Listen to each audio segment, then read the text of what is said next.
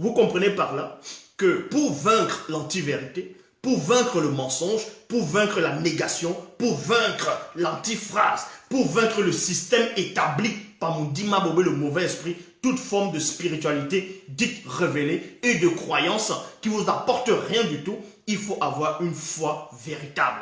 Et cette foi, elle est alimentée uniquement par le verbe de Loba. C'est en cela où le même apôtre, donc, le même apôtre connu sous le nom de Lakisabé, a expressément écrit dans ses écrits, expliqué, donné cet avertissement, dans, comme j'ai lu au départ, dans Jean chapitre 1, versets 63 à 65, où il avait expressément dit, bien-aimé, ne mettez pas foi à tout esprit.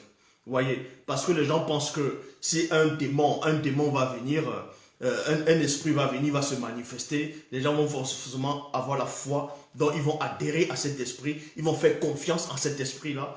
Et ces mauvais esprits ont beaucoup joué. Ces mauvais esprits savent comment l'homme se comporte. Sans cela, où on va appeler maintenant les esprits familiers, ils vont entrer dans vos rêves. Ils vont prendre l'apparence des défunts. Ils vont prendre l'apparence d'un père, d'une mère plutôt, d'un ancêtre qui est déjà mort, et que vous avez peut-être connu, va entrer dans votre rêve et va vous expliquer des choses. Et vous allez croire à ces choses, donc vous allez adhérer à cet esprit. Vous allez faire confiance à cet esprit.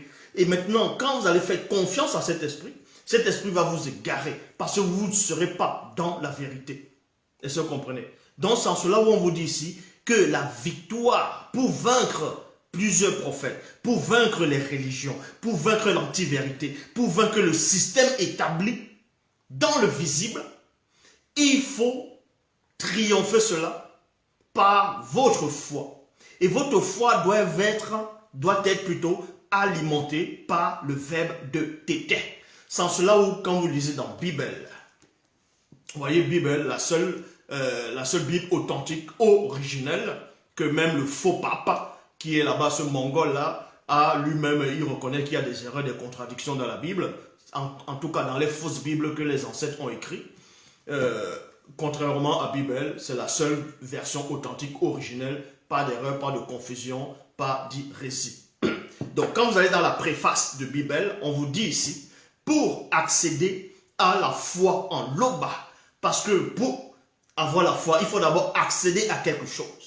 Il faut accéder à quelque chose premièrement. Donc, pour accéder au mystère de la foi en Loba, il faut pénétrer dans les profondeurs de l'observation des ouvrages qui composent la création. Il y a point.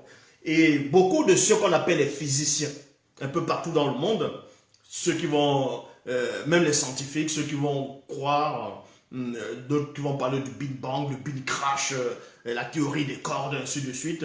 On va aussi parler de la théorie des mèches. Ils vont vous dire que d'autres ils vont observer les ouvrages qui composent la création, dont l'univers, la Voie lactée, les étoiles, les galaxies, ainsi de suite. Mais sauf que dans des mauvaises intentions, parce qu'ils ne connaissent pas le Créateur. Donc, dans des mauvaises intentions, en cela où ils ne pourront pas croire que derrière toute chose, il y a une raison d'être. Donc, derrière toute chose, il y a une volonté supérieure.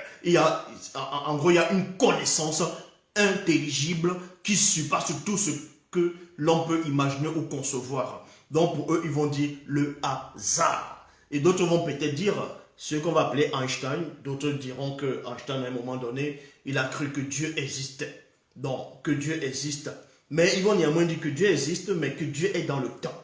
Parce que pour parler, pour s'exprimer, pour créer, il dépendait d'un temps pour que sa création puisse se manifester. Or, ils sont tous dans l'égarement parce qu'ils n'avaient pas la foi en Loba.